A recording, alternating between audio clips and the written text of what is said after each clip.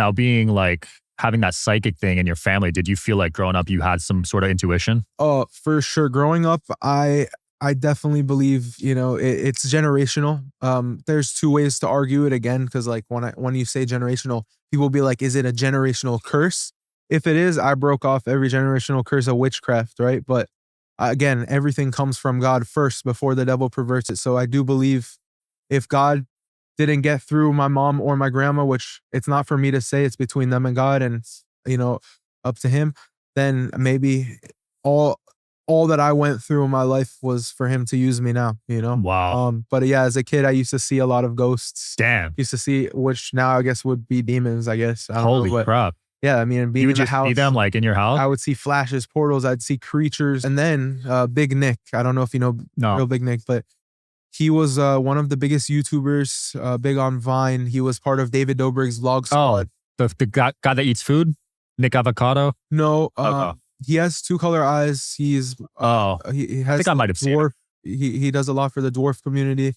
Indian, originally Hindu, and then he became a Christian. I was very depressed and I kind of just wanted to take my life. And so I went to LA. I filmed a music video in a coffin smiling. And I planned this whole suicide for my 21st birthday. Basically, the song was going to come out called Shadow. It's about a ghost walking around his own funeral. And he is basically realizing, oh, this is my funeral. And all the people are crying, but I can't stop their crying. And so I had this whole plan, like midnight hits, I'm already dead. The video and song come out. It blows up off my suicide. And then I made a will for my family. Day of my 21st birthday, which was going to be at midnight at 5 o'clock, I went under the water in my pool and no one was answering the phone the whole day. I took it as further validation. No one cares. I was already in the dark. I'm letting the devil get in my head. Yeah. And my mom comes home early and I hear her on the phone and she was planning something for me. And I didn't know what she was doing, but that's what she was doing that's why she was so occupied. So she comes in the house for a second to get her purse or something that she left and then leaves. I jump out of the water because from under the water, I hear her. I go on the side of the house. And when she leaves, I'm like, nope, I'm still dying. I was so stubborn. I was like, the devil was using this whole suicide plan as like this art thing. Like, Wow. it was like, in my head, I was like, this is a masterpiece of art. I have to be dead before this song comes out or else the art is not fulfilled. Like, that's how crazy, how deceiving he was in my head, And I went in my room and during the time, imagine you just want to write songs and then you realize the whole satanic cabal that runs the music industry and that there's a spiritual battle where majority of the mainstream artists that I was around and that I wasn't around are now pushing a clear demonic agendas on the masses. I just wanted to write songs and this is what you have to do. I was going nuts. So I would numb myself with a bunch of pills, opiates and stuff at the time. I was on drinking every day. There wasn't a moment I wasn't drunk for like over a year period. Damn. During that time. Yeah. And so I had what I called a suicide kit and I already had finished a lot of my pills, but it was between SSRIs I went through from the past and all this stuff. So I took Perks, Xanax, ecstasy, Prozac, Zoloft, I think Cymbalta and Advil, like 13 pills all at once. Drank it down with half a bottle of Don Julio, laid down on my bed and knocked out. And hours passed and I feel this buzz under my back. My bedroom was by the front of the house. So I had a big window in the front at the time, my old house. And I remember feeling this buzz under my back and I'm looking up at the wall because I'm laying on my bed on my back like that. And I see this white light on the wall. And in my head, I'm like, I start smiling. All I cared about was death. That's how the devil was using me. Made me obsessed with death, because God is all about life. And now I understand. But, the spirit of death was heavy and I'm just like smiling and I'm seeing this white light. I'm like, oh, this is the white light, the cliche white light when you die, the tunnel. And then I hear a horn and it's literally my friend's car lights shining through my window.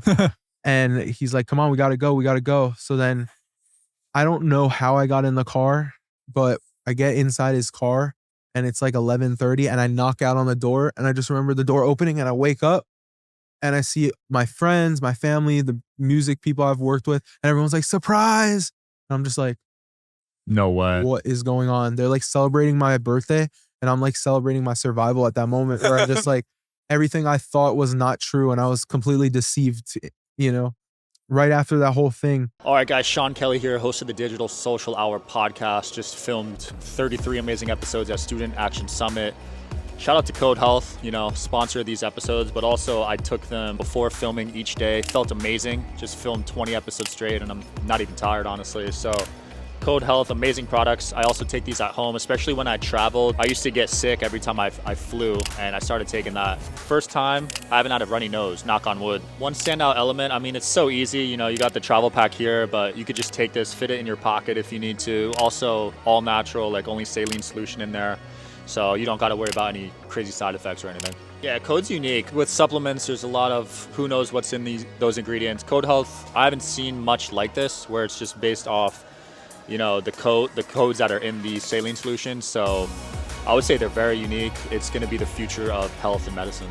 Code Health has been awesome. Feel the drop and go code yourself.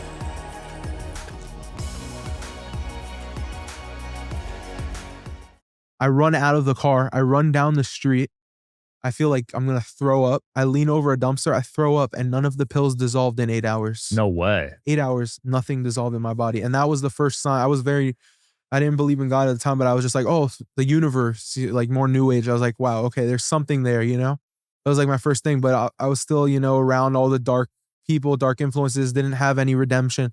So by the time the video came out, it was all about, walking through, I wanted it to be positive about redemption, but there was still so much satanic symbology. I'm doing I don't want to do it with my hand, but I was doing the Hail Satan thing multiple times in the video. I took it down now because I don't want kids to see that because I look at things differently now.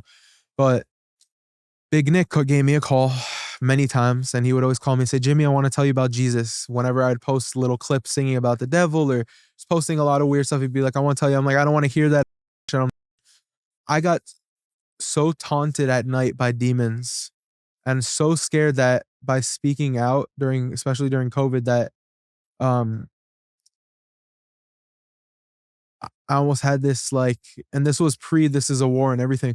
I just had this feeling like I'm always I have to look behind my shoulder. Someone's going to get me. Someone's going to get me. And I had this negative thing in my head. Like the only way I'm dying is by suicide. Like I'm going to do it to myself. Like my story is not going to be that I'm one of those Illuminati deaths. You know what I mean? And I got so scared. I called Nick. I'm like, Nick, okay, tell me about Jesus. And he goes, all right, I want you to go get baptized. I want to start discipling you. And I was like, get baptized. My Israeli family's going to kill me, And I posted on Instagram, who can baptize me? And found this family, went to the beach in Miami, met with them, random family from my Instagram, got baptized. I didn't feel anything in the moment. But when I got home, I got on my knees on my carpet. I had this furry carpet. I was like, God, Jesus, I want you to come into my life. I don't want to have this fear, always this spirit of death around me. I don't want it anymore. I want you to come into my life. I welcome you, whatever. Please, just, I don't want to do this stuff anymore that I'm doing. I want to do the right thing. I see what's going on now. I see with COVID, I see the agendas, and I don't want to be a part of the dark side. And I felt this IV feeling through my whole body. And I knew right away, finally, it was a good spirit around me. And it was the Holy Spirit. I knew it. And I ended up falling asleep on the ground. But when I woke up the next day, I felt this boldness and I just started going at the whole industry and I wasn't scared and I didn't care. Till this day, I've had this layer of protection. That's when I started making all those songs. This Is a War, Revolution. Then during the whole lockdowns, doing all the rallies. My first rally was a stop child trafficking rally. There was probably 5 people, but then the rallies grew. And then we had to defeat the mandate, 70,000 people. And, I realized the impact that was being made and that this is what God wanted me to do. And that's why I've stayed on course. It's been hard. I became celibate. 4 years celibate. Wow. As of July 4th, 4 years sober.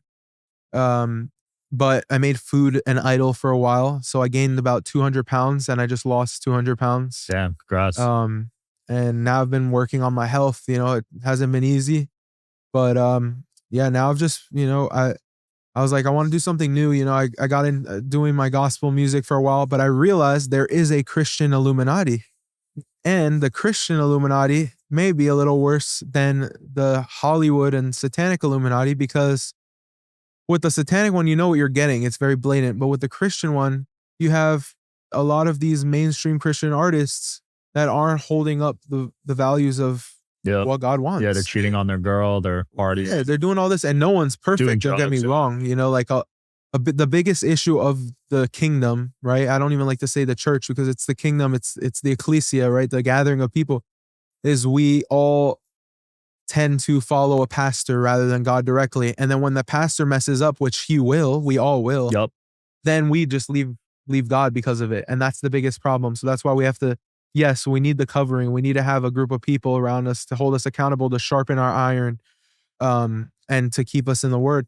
But at the same time, you know, we have to make sure we're not worshiping any person, because people think when you say that, no, it's passive. We tend to see a person mess up and then lose faith in the whole thing. And it's a way bigger picture. You know, God, you know, didn't call the strongest people, you know, he called the most broken. Everyone he's used in the Bible, all were murderers, were stoning Christians, you know, were cheaters. So he uses us all during this time. So what I've been doing now, I love house music. And when I'm at the gym, I notice, you know, this is how I got into it, that I'm always listening to house. And then I really listen to the words. I'm like, how am I going to be listening to this stuff? This all sex, drugs, alcohol. Yes. Wherever you guys are watching this show, I would truly appreciate it if you follow or subscribe. It helps a lot with the algorithm. It helps us get bigger and better guests, and it helps us grow the team. Truly means a lot. Thank you guys for supporting, and here's the episode.